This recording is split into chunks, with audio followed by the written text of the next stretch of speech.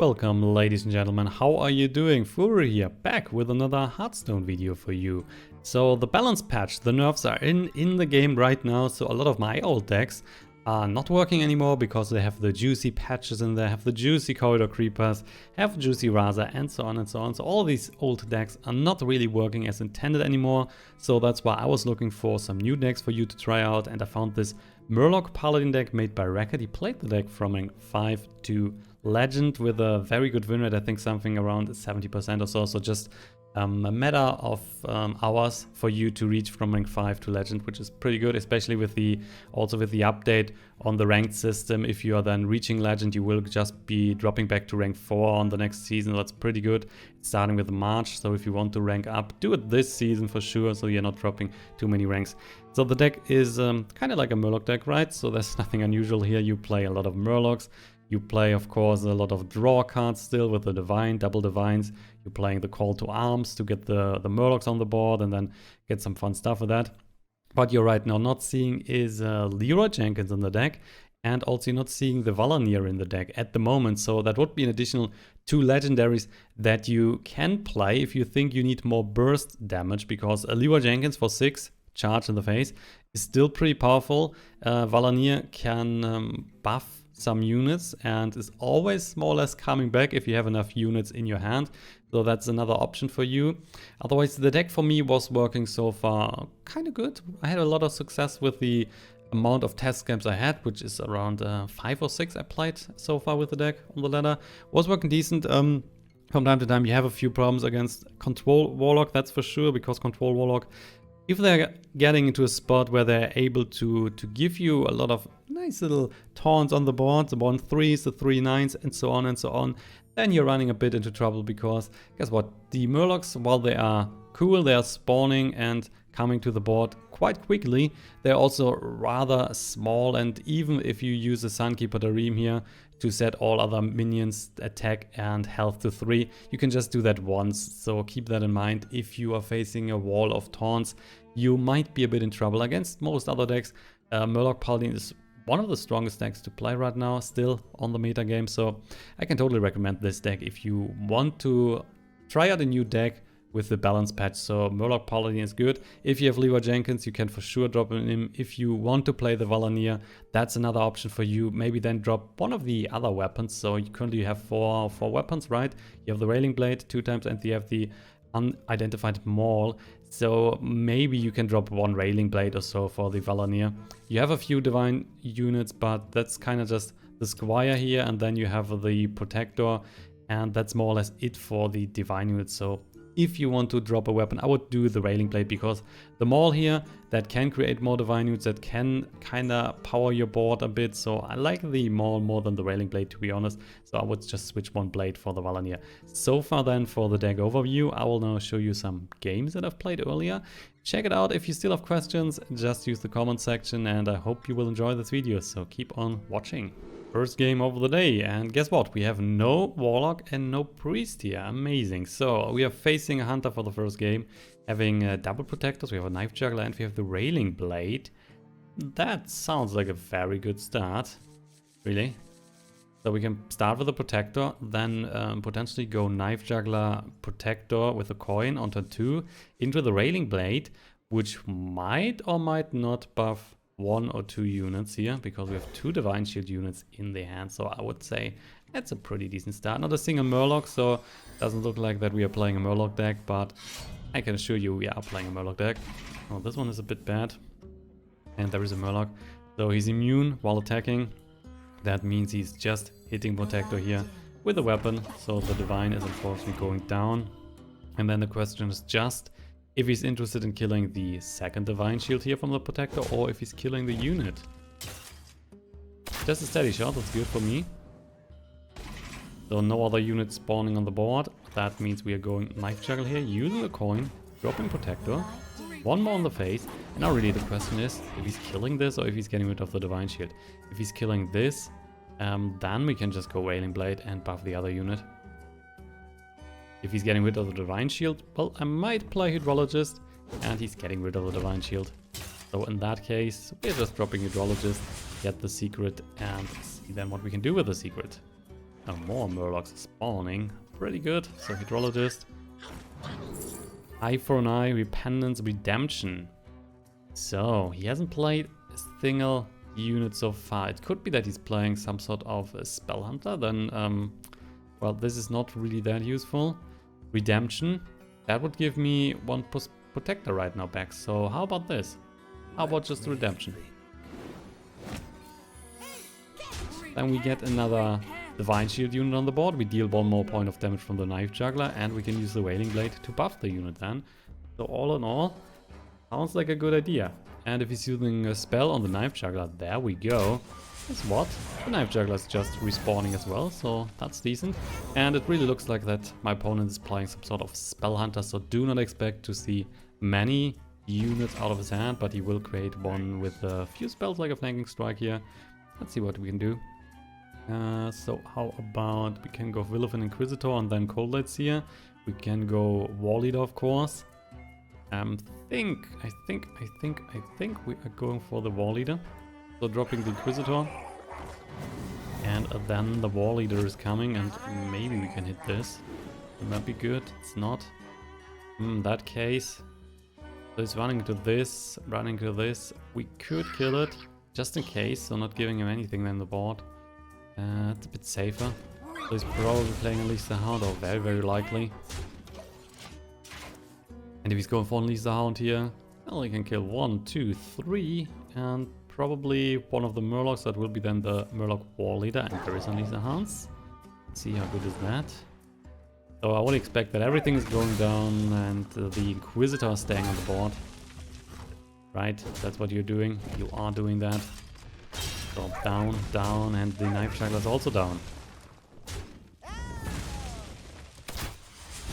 With Unleash the Hounds, it would have been kinda better to go Coldlight Seer, but that's still fine. So Cobalt Scalebane with 1 on the face. The Scalebane is buffing the Inquisitor. Gives the Inquisitor plus 3 attack, so we have 4 attack on the next turn, which means we already have 9 on the board right now. He's at 16, so we have another weapon. So plus 3 attack makes a total of 12, and he would be down to 4 life.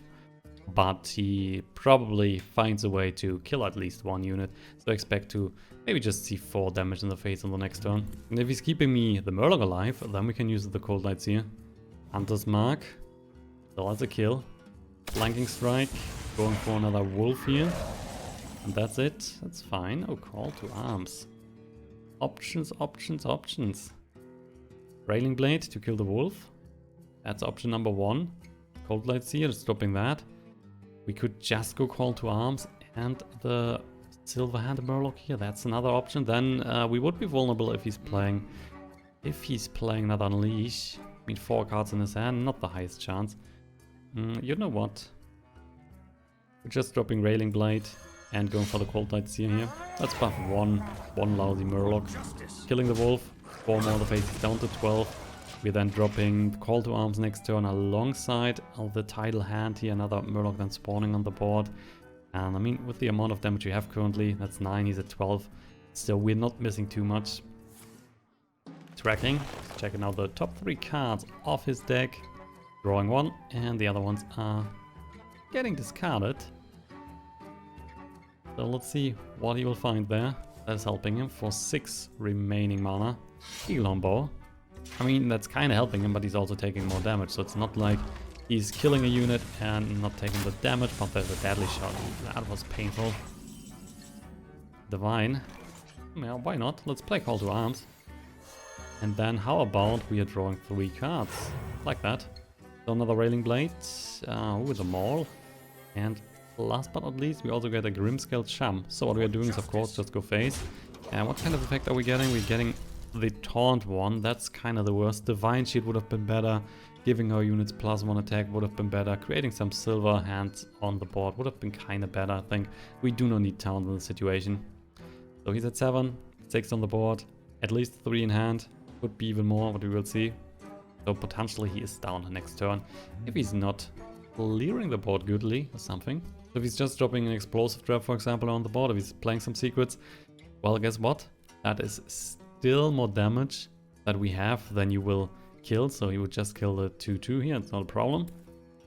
So I'm very positive that we can win the game either next turn or the turn after. He would need some taunts or he would need to clear the whole board. There is a kill command, 1 Murloc down. There is a secret. And he's using the weapon to kill the 2-3. So, is the secret now an explosive trap? Could be for sure. So, and if it is not an explosive trap, we are winning anyway, so there's no need to drop the Warleader first. Let's attack. Well, no reaction. Well, guess what? Then the Railing Blade should do the trick. And we're winning this game. It was probably a cat, but we're not playing too many spells, so that's fine. So winning the first game. In our second game now, we are indeed facing a Warlock, so expect a very tough match. And if he's playing Control Warlock and not Zoolock, and right now more people are playing definitely Control Warlock, that will be very tough for us. So I can assure you that's very, very tough. Keeping Hydrologist, Murloc Warleader, that's okay. An opponent was replacing everything. Divine is very strong in this matchup if he's playing Control, which we are kind of expecting, because he will draw so many cards. We are then redrawing so many cards to the Divine. And if we are not going fast enough in this matchup, then what's happening normally is that we are going... Let's get away, Kodo. That we are running out of cards, and he's then killing us with fatigue. Just because we are drawing so many cards with the Divines. And he's building a wall. So that's a huge problem for us. Dropping the Warleader here, then 4 on the face, hoping to drop another Warleader next turn to deal a lot more damage in the face. There's a Tar Creeper, sucks for me, but well, we still kind of play that Warleader, and then yeah, Getaway Kodo is an option. So we can kill this, no problem. So the thing is now, we have the chance to play Protector, but then what's happening is that if there is a Defile, that could be a problem. And if he's doing it rightful. So Getaway Kodo is definitely giving me a Warleader back. Oh no, I like that more. Let's drop this. We have 10 on the board. Potentially just 1 unit's dying at least. Right, it's a Control Warlock. There's a Hellfire. So we get 1 Warleader back. He's down to 16. Knife Juggler is kind of nice, I think. So dropping the Knife Juggler. Going then for Protector, going for the Squire in the hope that we get a Railing Blade. And then we get double the buff and deal a lot of damage. Again, a Defile could be a problem. There is another Hellfire. So because we had Divine Shield units on the board, he's not killing everything, but the Mortal Coil is helping him. Still, he's down to 11. And more good stuff is on the way. So, Sunkeeper Tarim, just for 1 unit? I don't think so. I really don't think so. The Vine is currently drawing me, so he's at 8. Which means if we play this, then we are drawing 5 cards. And we would be down to 3 mana. So we could maybe just play the Sylvan Recruit. If we go Sylvan Recruit, we could play the Warleader alongside. Which is not the strongest move. So because we have no Murloc. I think, yeah, let's redraw a lot of cards now. Maybe can play something else in alongside. What is that? Sylvan Recruits is fine. Tidecaller is fine. Another Divine. And Call to Arms. So how about if we go Tidecallers here? Again, if he has a Defile, would kill everything. Tidecallers is fine, but how about we go Champion's Maul? Allows us to deal more damage in face this turn. Plus we spawn a few units. And with the Sunkeeper Tarim in hand, we could potentially buff these units, which is pretty important if we want to win this game on the next turn. If we can do that, that's the thing. The Mountain Giant. Oh wow, so that was easy apparently. Guess what, Sunkeeper Tarim is buffing our units.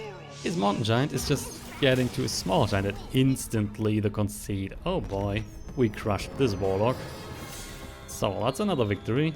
I think that was good, right guys? So that's how the deck should work. Crush your opponent fast, and despite seeing 2 Hellfires, we were able to still deal enough damage to kill him. So that's amazing.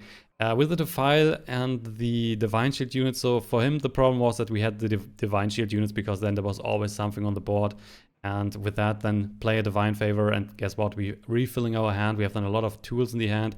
We could have played a lot now over the next 2-3 turns and then play another Divine and again redrawing our hand. So that is pretty strong against a greedy deck for sure. Also, if we are not able then after the second Divine to kill him, you will just die in fatigue. That's how it is. So that's a problem for you, but also the games are going fast with a Murloc deck, and in general Murloc Paladin is still one of the top decks that you can play on the ladder. So if you want to try something new out, try some Murlocs. I like Murlocs, so you should like them too. If you like the video, also do not forget to hit that like button. Much appreciated. Also, you can subscribe to the channel, so hope you're doing that. See you then in the next Hearthstone video. Bye bye, guys.